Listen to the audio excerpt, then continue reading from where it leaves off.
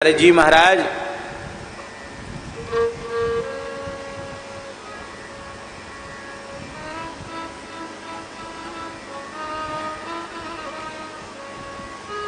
गृहेषु कूटदारे कूटधर्मेषु दुख पुत्रदार धनार्थधीः न परम विन्दते मूढ़ो भ्राम्यन् संसार वर्त्मसु।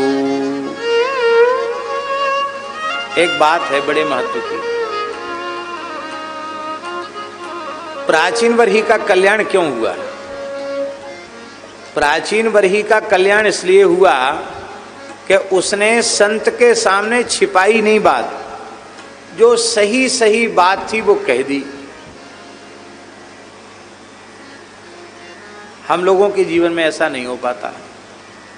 मन में कुछ और रहता है और वाणी से कुछ और ही कहते हैं और क्रियाकलाप कुछ दूसरी ही प्रकार का होता है।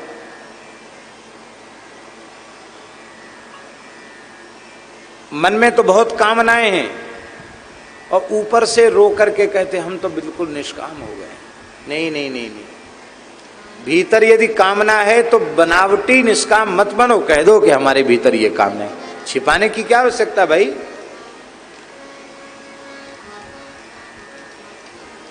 चलो हमने मान लिया आप निष्काम हो गए। यदि आप निष्काम हो गए तो संसार की किसी वस्तु की कामना आप में नहीं रहेगी, किसी वस्तु पदार्थ के प्रति आपका आकर्षण नहीं रहेगा।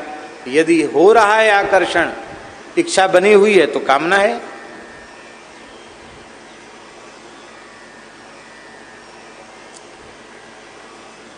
प्राचीन वर्ही कहते हैं भगवान, ये गृहस्थाश्रम जो है इसकी पहेली समझना बड़ा कठिन है। ये कूट धर्म है।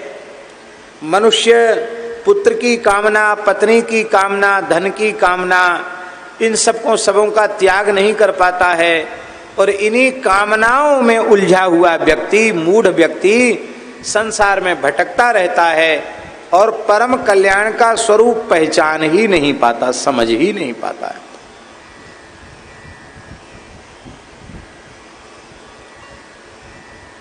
नारद जी ने कहा, बिल्कुल ठीक कहा तुमने, दुख हानि सुखावाप्ति श्रेय तन्नेह चेष्यते। दुखों का आत्यंतिक विनाश और इस प्रकार के सुख की प्राप्ति। देखिए, दो प्रकार का सुख होता है, एक सावधिक, एक निर्वधिक। संसार के स्वामी जी जितने सुख हैं सब सावधिक हैं, निर्वधिक नहीं है।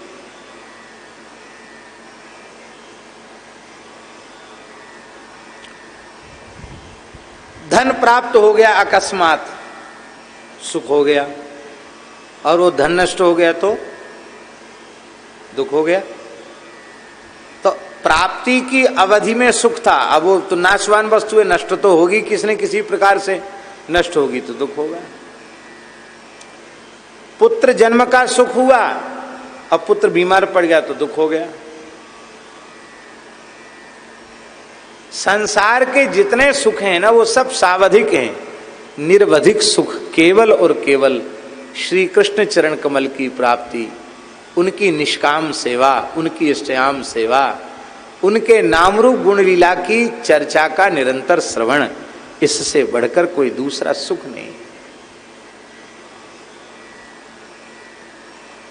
सुखमस्ति विरक्तस्य मुने रेकांत जीविना, सुखी मीन जह नीर अगाधा, जिम हरि शरण न एको बाधा।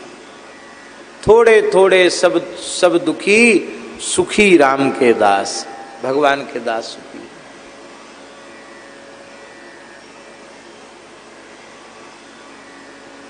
फिरत स्नेह मगन सुख अपने, नाम प्रसाद सोच नहीं सपने।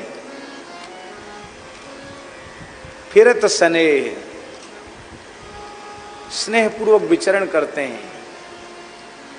मगन सुख अपने, अपने सुख में मगन रहते हैं।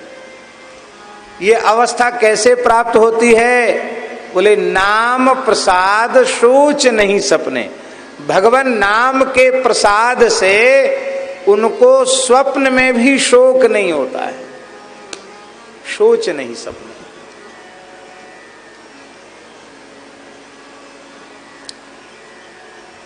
नारद जी के सामने जब असली बात स्वीकार कर ली, सच्ची बात स्वीकार कर ली कि महाराज हम तो संसारी व्यक्ति हैं, ग्रहासक्त प्राणी हैं, कर्म के जाल में फंसे हुए हैं, गृहस्थाश्रम रूपी पहेली में उलझे हुए हैं, पुत्र स्त्री और धन की ही कामना से ग्रसित हैं, हम कैसे कल्याण का स्वरूप समझें?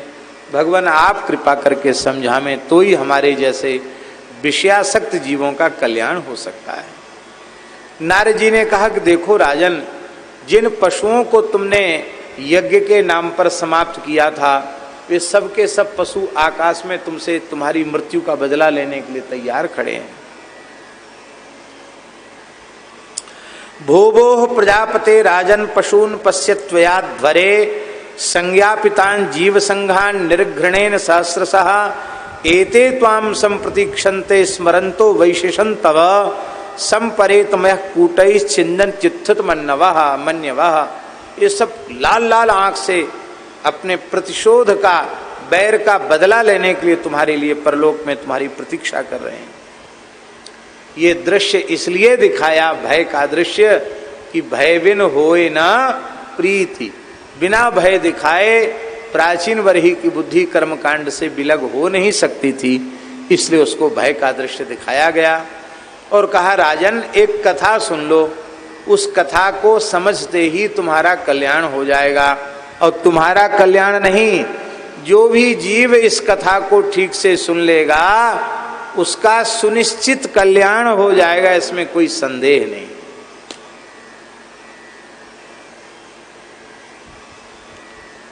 फिर उसे किसी द्वारा माता के गर्भ में नहीं जाना पड़ेगा, वह संसार चक्र से छूट जाएगा। बड़ी सुंदर कथा है महाराज, सुनाइए कथा। ये कथा किसकी है? ये कथा पुरंजन की है। किसकी कथा है? पुरंजन की। पुरंजन नाम का कोई काल्पनिक पात्र नहीं है। पुरंजन किसी व्यक्ति का नाम हो और एक कल्पना से, जैसे कोई नाटक बनाया जाता है, पटकथा लिखी जाती है तो एक काल्पनिक पात्र बना दिया जाता है? ऐसा नहीं है। ये पुरंजन की जो कथा है ना, पुरंजन का जो उपाख्यान है वो दूसरे की कथा नहीं है, वो स्वयं की कथा है। हम सब की कथा भागवत जी में लिखी है, भक्तमाल जी में लिखी है। और हम अपनी कथा का रहस्य समझ जाएं तो हमारा कल्याण निश्चित है, इसमें कोई संदेह नहीं है। हमारी अपनी कथा क्या है? बहुत ध्यान से सुनना भैया। अपनी कथा तो भगवान की कथा, भक्तों की कथा, भले ही इधर उधर मन ले गए कोई बात नहीं, पर ये आपकी अपनी, हमारी, आप सबकी अपनी कथा है। इस कथा को तो बहुत सावधानी से सुनना। अत्र ते कथयिष्येमुमितिहासं पुरातनं पुरंजनस्य चरितं निबोधकृतो मम। आसीत् पुरंजनो नाम राजा राजन बृहच्छ्रवाः तस्या विज्ञात नामासीत् सखा विज्ञात चेष्टितः। हे प्राचीन वर्ही, पूर्व काल में एक पुरंजन नाम का राजा था, बड़ा यशस्वी था। इस पुरंजन नाम के राजा का एक मित्र था, उस मित्र का नाम अविज्ञात था। ये अविज्ञात उसका जो नाम है ना, उसके स्वभाव के अनुरूप रखा गया था। विज्ञात माने जाना गया, अविज्ञात माने न जाना गया। अर्थात इसकी चेष्टा को कोई जान नहीं सकता था। ये क्या करना चाहता है ये कोई जानने में समर्थ नहीं था, इसलिए इसके मित्र का नाम अविज्ञात पड़ गया। अविज्ञात इसका सखा था। राजा पुरंजन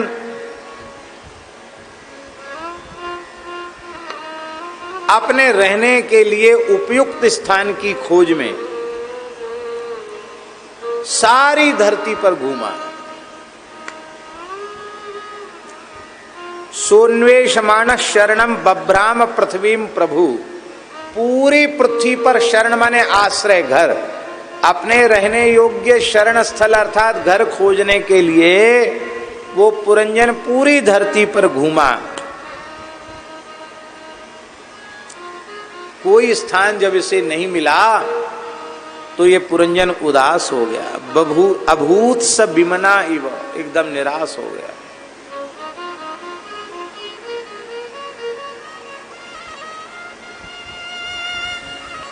पसंद क्यों नहीं आया? कोई घर उसको पसंद क्यों नहीं आया? बोले कोई घर इसलिए पसंद नहीं आया कि इसकी कामनाएं लालसाएं बहुत बड़ी थी, ऐसा करेंगे ऐसा करेंगे ऐसा करेंगे ऐसा करेंगे। वो छोटे मोटे घरों में पूरी होने वाली थी नहीं, उनके लिए तो बहुत बड़ी बिल्डिंग चाहिए, बहुत बड़ा मकान चाहिए, किले जैसा चाहिए। उसकी योजनाएं बहुत बड़ी बड़ी थी भोग विलास की, वो उन छोटे भवनों में पूरी नहीं हो सकती थी, इसलिए वो उदास हो गया।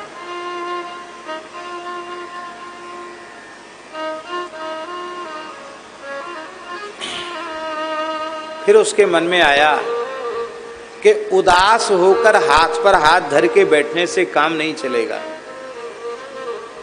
कोशिश करते रहना चाहिए, प्रयास करते रहना चाहिए।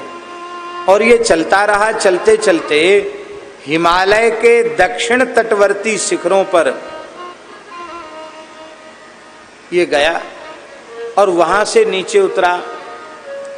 इसी का नाम भारतवर्ष है। तो हिमालय से नीचे उतरा तो इधर का जो क्षेत्र है ये कर्म भूमि भारतवर्ष का पवित्र क्षेत्र है। भारत खंड में इसने ददर्श नवभिर द्वारभि पुरम लक्षित लक्षणाम, इसने एक नगरी को देखा जिसमें 9 दरवाजे थे और वह नगर सब प्रकार से संपूर्ण प्रकार के उत्तम लक्षणों से युक्त था। अब कई श्लोक में उस नगर की सुंदरता का वर्णन है। परकोटा, बगीचा, अटारियां, झरोखा कितने सुंदर सुंदर बने थे, कितने बड़े बड़े राजद्वार थे, सोने चांदी लोहा इनके शिखरों से वो युक्त था। नीलम, स्फटिक, वैदुर्य, मोती, पन्ना और लाल इससे इसका फर्श बना हुआ था। और महाराज क्या कहना, अनेक प्रकार के सभा भवन, चौराहे, क्रीड़ा भवन, बाजार, विश्राम स्थान, ध्वजा पताकाएं, मूंगे के बने हुए चबूतरे, दिव्य लताएं, वृक्ष, सुंदर सरोवर, अनेक प्रकार के पक्षी वहां रहते थे जो कलरव किया करते थे। बड़ी सुंदर सरोवर की डालियां थी जो जलाशय के जल का स्पर्श झुक-झुक करके करती थी। उन वृक्षों पर लताएं लिपटी हुई थी, उनमें सुगंधित फूल खिले हुए थे। और क्या कहना, बड़ा सुंदर लग रहा था वो बगीचा। तो इसने कहा वाह वाह भाई, बहुत बढ़िया नगर मिला, इतना बड़ा नगर, इतना बड़ा बगीचा, तालाब, इतने सुंदर सुंदर वृक्ष, धन्य है धन्य है, आज मेरे जीवन की इच्छा पूरी हुई। वहां बड़ी प्रसन्नता पूर्वक घूम रहा था। तब तक उसने यदृच्छया गताम तत्र ददर्श प्रमदोत्तमाम।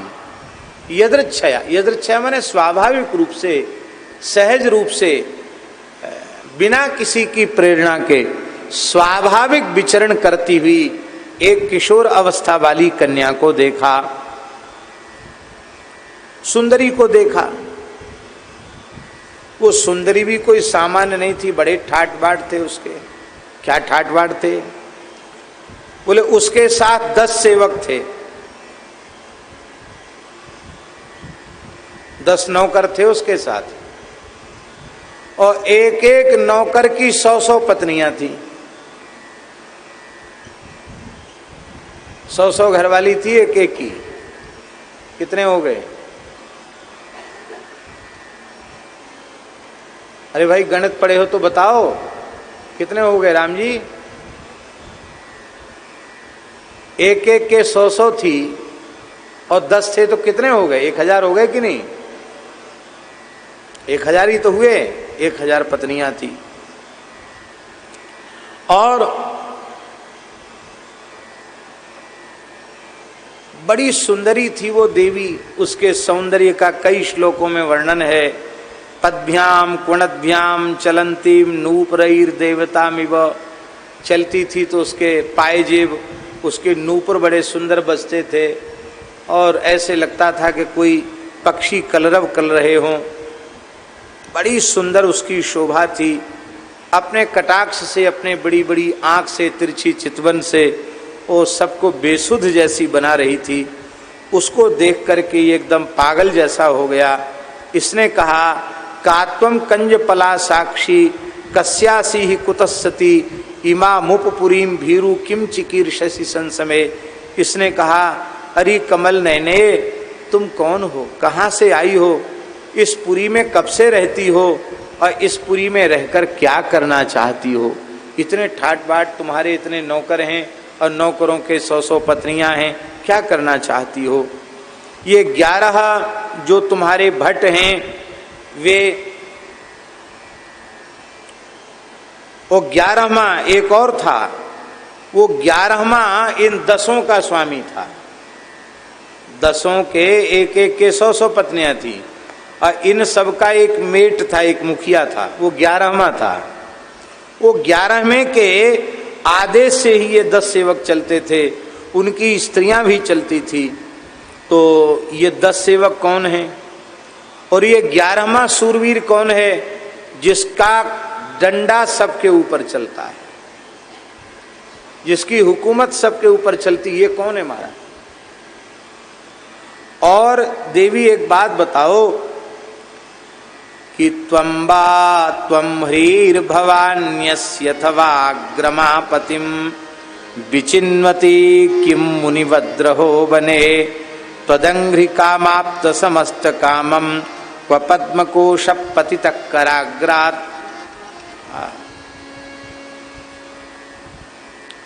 और कुछ नहीं है, यही है विषयी कामी भोगी पुरुष स्त्रियों को अपनी ओर आकृष्ट करने के लिए कैसी कैसी विषय से सनी हुई भाषा बोलते हैं, उसी भाषा का वर्णन इसमें लिखा है। ये तो वो जानता है कि ये कोई देवी देवी नहीं, कोई सुंदरी ही है, यही समझता है वो, लेकिन वो उसको खुश करना चाहता है। तो वो कहता है कि क्या भगवती लज्जा देवी हैं आप, कुल जन प्रभवे सुलज्जा, क्या आप लज्जा देवी हैं, अथवा साक्षात भगवती महालक्ष्मी देवी हैं, अथवा साक्षात भगवती सरस्वती देवी आप हैं, अथवा आप साक्षात सची इंद्राणी हैं, क्या आप कौन हैं, आप इस एकांत वन में क्या कर रही हैं, क्या पति को खोज रही हैं। अरे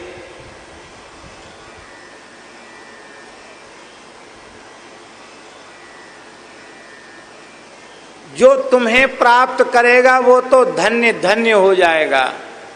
तुम किसको प्राप्त करना चाहोगी, जो जो जिसे तुम मिल जाओगी उसका तो जीवन सफल हो जाएगा, वो भाग्यशाली होगा। अच्छा एक बात बताओ, क्व पद्मकोशः पतितः कराग्रात्। हे देवी एक बात तो बताओ, आप हो तो लक्ष्मी जी, आपका कमल कहाँ गिर गया, आपके हाथ में कमल का फूल होना चाहिए था ना, वो कमल का फूल कहाँ गिर गया। क्व पद्मकोशः पतितः कराग्रात्, आपके हाथ के अग्रभाग से कमल का पुष्प कहाँ गिर गया। वो जानता है लक्ष्मी जी नहीं है, फिर भी इस प्रकार की भाषा बोल रहा है कि ये देवी खुश हो जाए।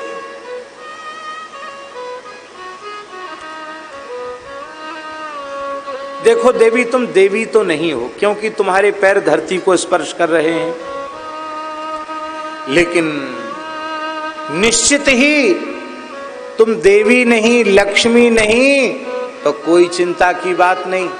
लक्ष्मी नहीं हो तो कोई बात नहीं, लक्ष्मी से कम भी नहीं हो। हाँ, लक्ष्मी नहीं हो क्योंकि देवताओं के पैर धरती को स्पर्श नहीं करते, तेरे पैर धरती छू रहे हैं, इसलिए तुम देवी तो नहीं हो, पर लक्ष्मी जी से कम भी नहीं हो, देवी से कम भी नहीं हो। जैसे लक्ष्मी जी वैकुंठ की शोभा बढ़ाती हैं, ऐसे ही हे देवी तुम इस नगर की शोभा बढ़ा रही हो। और देखो, यदि मान लो तुमने विवाह न किया हो, तुम्हें किसी अच्छे पति की खोज हो, तो मेरी ओर देख लो। मैं वीर हूं, सुंदर हूं, कुलीन हूं, सब प्रकार से योग्य हूं। यदि तुम चाहो तो मुझसे विवाह कर लो।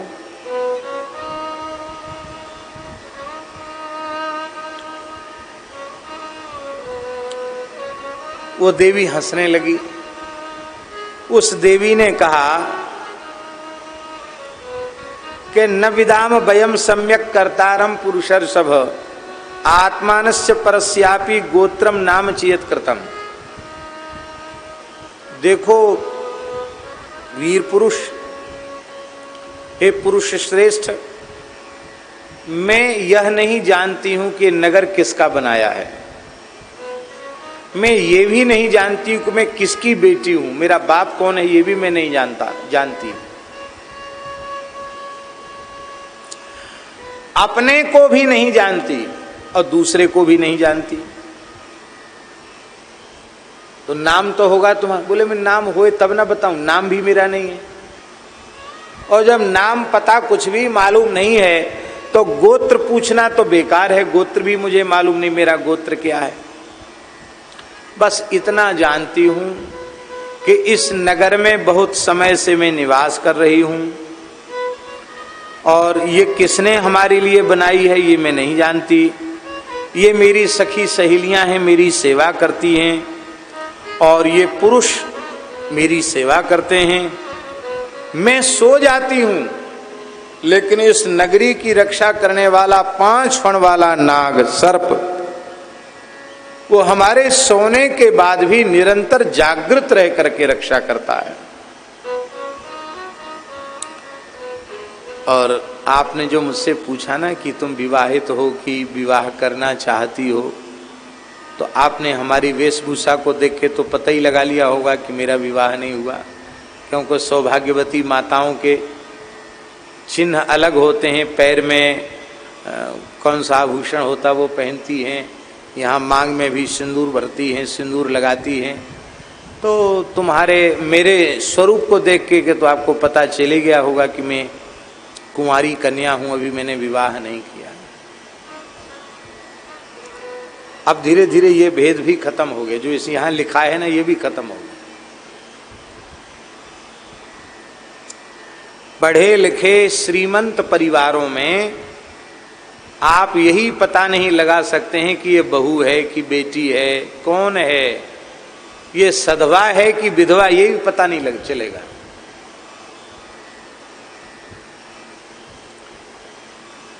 हंसाने के लिए नहीं, अन्यथा किसी दूसरे भाव से नहीं, हम बड़ी विनम्र भाव से प्रार्थना कर रहे हैं। भगवान ने बड़ी कृपा की है। धर्म प्राण भारतवर्ष की धरती पर देव दुर्लभ मनुष्य शरीर मिला है। इस शरीर को प्राप्त किया है, सनातन धर्म हिंदू धर्म की पवित्र परंपरा में जन्म हुआ है। तो हमें अत्यंत श्रद्धा पूर्वक सौभाग्य के चिन्हों को धारण करना चाहिए। सौभाग्यवती माताओं को सौभाग्यवती माताओं के जैसे ही रहना चाहिए। यदि वे सौभाग्य चिन्हों को धारण नहीं करती हैं तो उनके पति का और पुत्र का दोनों का अनिष्ट होता, अशुभ होता है, अमंगल होता है। घर में लक्ष्मी का प्रकोप हो जाता है, क्रोध हो जाता है लक्ष्मी का। इसलिए सौभाग्यवती माताओं को अत्यंत श्रद्धा पूर्वक सौभाग्य चिन्ह धारण करने चाहिए। ये सौभाग्य चिन्ह उनका कवच है, उनकी सुरक्षा का कवच है। इनका दर्शन करके विषयी पुरुषों के मन में भी पवित्र भावों का संचार हो जाता है। पूरी मांग भरा सिंदूर होगा, सौभाग्यवती माताओं का पूरा नक्शक श्रृंगार होगा, तो हर व्यक्ति समझेगा ना कि ये ऐसी नहीं है, ये किसी की अधिकृता पत्नी है। ये बात उसके मन में आएगी तो वो सिंदूर को देखकर मातृ भाव से दर्शन करेगा। या देवी सर्वभूतेषु मातृ रूपेण संस्थिता नमस्तस्यै नमस्तस्यै नमस्तस्यै नमो नमः। अब बिना सौभाग्य चिन्ह के मातृ रूप में दर्शन नहीं होगा, और मातृ रूप में दर्शन नहीं होगा, अन्यथा दृष्टि उसके पास हो, उसकी ओर की जाएगी, तो अन्यथा दृष्टि करने वाले का भी अनिष्ट होगा, और जिसके प्रति अन्यथा दृष्टि की जा रही है उसकी भी हानि होगी। ठीक इसी प्रकार से जैसे पतिव्रता सती साध्वी सौभाग्यवती नारियों को सौभाग्य चिन्ह धारण करने चाहिए, ठीक इसी प्रकार से वैष्णव मात्र को वैष्णव चिन्ह धारण करना चाहिए, तिलक धारण करना चाहिए, तुलसी धारण करना चाहिए, उसमें किंचित भी संकोच नहीं करना चाहिए। तो इसने कहा कि हम तो कुंवारी हैं, अभी मैंने विवाह नहीं किया है। इसने मुस्कुरा कर कहा कि यदि हम पसंद आ गए हों तो हमसे ही कर लो। इसने मुस्कुरा कर कहा हमें भी सहारे की जरूरत तो है ही है, हैं? अनाश्रिता न शोभन्ते पंडिता बनिता लता। पंडित और बनिता और लता ये बिना आश्रय के नहीं रहते हैं, पंडितों को भी आश्रय चाहिए, बड़े बड़े लोगों का, बड़े राजा महाराजा का आश्रय चाहिए। तो राज पंडित होंगे, राजगुरु होंगे, और नहीं तो बेचारे परेशान रहेंगे। पंडितानी रोज झगड़ा करेंगे कि आज ये नहीं है, आज ये नहीं है घर में, हैं? काहे को बनारस पढ़ने गए, काहे को वृंदावन पढ़ने गए, उसके देखो ये हो गया, तुम यहीं घर में पड़े हुए हो। तो पंडितों की भी शोभा इसमें है कि वो राज्याश्रय प्राप्त करें। पंडिता वनिता स्त्री और लता, लता भी वृक्ष के आश्रय से ऊपर चढ़ेगी तो शोभा को प्राप्त करेगी। उसने कहा महाराज मैं आश्रय चाहती हूँ, अच्छी बात। विवाह हो गया, गांधर्व पद्धति से विवाह हो गया। अब महाराज जी अब तो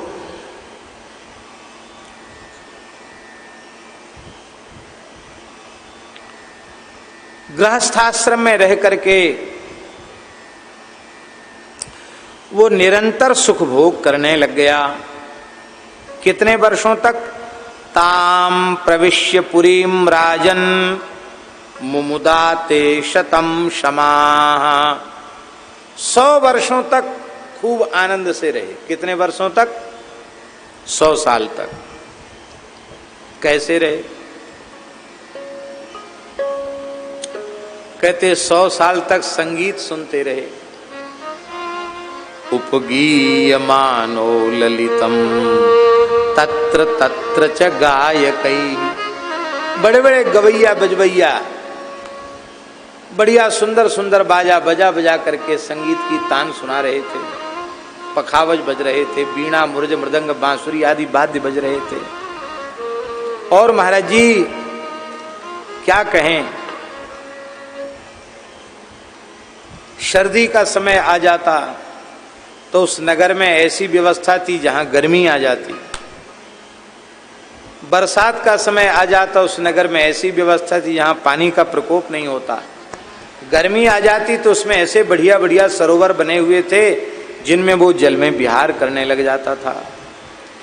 उस नगर में 9 द्वार थे और उन 9 द्वारों में सप्तोपरिकृता द्वारः पुरस्तस्यास्तु 2 अधः पृथक विषय गत्यर्थम तस्याम यः कश्चनेश्वरः। कहते इसमें 9 दरवाजे थे नगर में, उनमें 7 द्वार नगरी के ऊपर थे, 7 दरवाजे ऊपरी भाग में थे और 2 दरवाजे नीचे की ओर थे।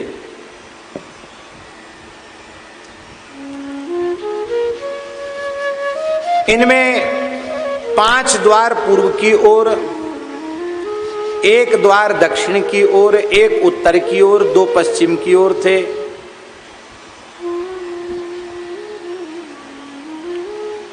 और ये जो है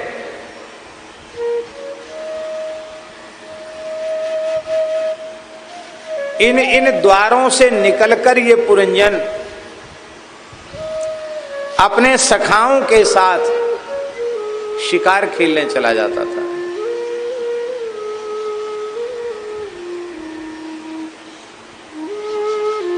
पूर्व की ओर खद्योता और आविर्मुखी नाम के 2 द्वार एक ही जगह बनाए हुए थे। उनमें विराजमान होकर के पुरंजन अपने मित्र द्युमान के साथ विभ्राजित नामक देश को जाया करता था। इसी प्रकार नलिनी और नालिनी नाम के जो दो द्वार थे वो भी एक ही जगह बने हुए थे। वे दो द्वार उनसे होकर अवधूत के साथ, उनके मित्र का नाम था अवधूत, और सौरभ नामक देश में जाता था। अब इसका अर्थ सबका समझाएंगे बाद में। पूर्व दिशा में मुख्या नामक 5वां द्वार था, उस द्वार का नाम था मुख्या। वह रसज्ञ नामक सखा के साथ और विपण के साथ बहुदन और आपण नामक देशों में घूमने जाता था। पुरी के दक्षिण की ओर पितृहु नाम का द्वार था, उसमें होकर पुरंजन श्रुतधर के साथ दक्षिण पांचाल को जाता था। इधर से उत्तर की ओर देवहू नाम का द्वार था, उससे श्रुतधर के साथ उत्तर पांचाल नामक देश में ये जाता था। पश्चिम दिशा में आसुरी नाम का दरवाजा था, उससे होकर के द्रुमद नाम के प्रदेश में जाता था।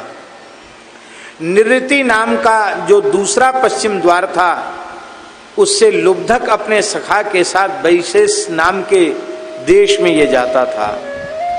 और इस नगर के निवासियों ने निर्वाक और पेशस्कृत, ये दो नागरिक थे इस नगर में, ये दो नागरिक अंधे थे। राजा पुरंजन आंख वाले नागरिकों का अधिपति होने पर भी इनकी सहायता से ही, अंधों की सहायता से ही जहां तहां जाता था। आंख वाला होकर भी अंधों के मार्गदर्शन में ये चलता था। जब कभी अपने प्रधान सेवक विशुचि के साथ अंतःपुर में जाता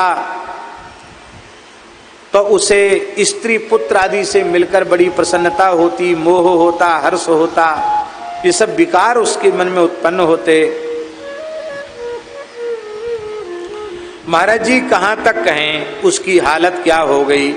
क्वचित पिबंत्याम पिबती मदिराम मदविह्वलः अश्नन्त्याम कच्चिदस्नाति क्वचिदस्नाति जक्षत्याम स जक्षति क्वचित गायति गायन्त्याम रुदत्याम रुदति क्वचित धसन्त्याम हसिति जल्पन्त्याम अनुजल्पति क्वचित धावति धावन्त्याम तिष्ठत्याम अनुतिष्ठति अनुशेते शयानायाम अन्वास्ते क्वचिदासतीम क्वचित शृणोति शृण्वन्त्याम पश्यन्त्याम अनुपश्यति क्वचित जिघ्रति जिघ्रन्त्याम स्पृशन्त्याम स्पृशति क्वचित शोचतीम जायाम अनुशोचति दीनवत् अनुहृष्यति हृष्यन्त्याम मुदिताम अनुमोदते। बड़ी विचित्र स्थिति हो गई। इतना आसक्त हो गया यह पुरंजन उस स्त्री में, नाम तो उसका था ही नहीं, तो पुरंजन की घरवाली होने से उसका नाम पुरंजनी हो गया। वो पुरंजनी में इतना आसक्त हो गया कि वो कभी कभी मदिरा पीने लग जाती थी पुरंजनी। तब यह हाथ जोड़कर कहता कि थोड़ी प्रसादी हमको भी दे दो, तो उसकी जूठी मदिरा वो पीने लग जाता था, मद से उन्मत्त हो जाता था। वो भोजन कर लेती तब ये भोजन करता था, वो भोजन करती तो ये भोजन करता, वो चबाती तो ये भी चबाता, वो गाने लग जाती तो ये भी गाने लग जाता, वो रोने लग जाती तो ये भी रोने लग जाता, वो हंसने लग जाती तो ये भी हंसने लग जाता, वो बोलने लग जाती तो ये भी बोलने लग जाता, वो दौड़ने लग जाती तो ये भी दौड़ने लग जाता, वो खड़ी हो जाती तो ये खड़ा हो जाता, वो बैठ जाती तो ये बैठ जाता, और कभी वो सो जाती तो ये सो जाता, अब वो सो के उठ के बैठती तो ये भी सो के उठ के बैठ जाता। सुनने लगती तो आप सुनने लग जाता, देखने लगती तो देखने लग जाता, सूंघने लगती तो सूंघने लग जाता, छूने लगती तो छूने लग जाता। कभी दुखी हो जाती तो ये भी दुखी हो जाता, कभी प्रसन्न हो जाती तो ये भी प्रसन्न हो जाता। इस प्रकार से विप्रलब्धो महिषैवं सर्व प्रकृति वंचिता। इस प्रकार से पुरंजन उस पुरंजनी के जाल में फंसकर बुरी तरह से ठगा गया।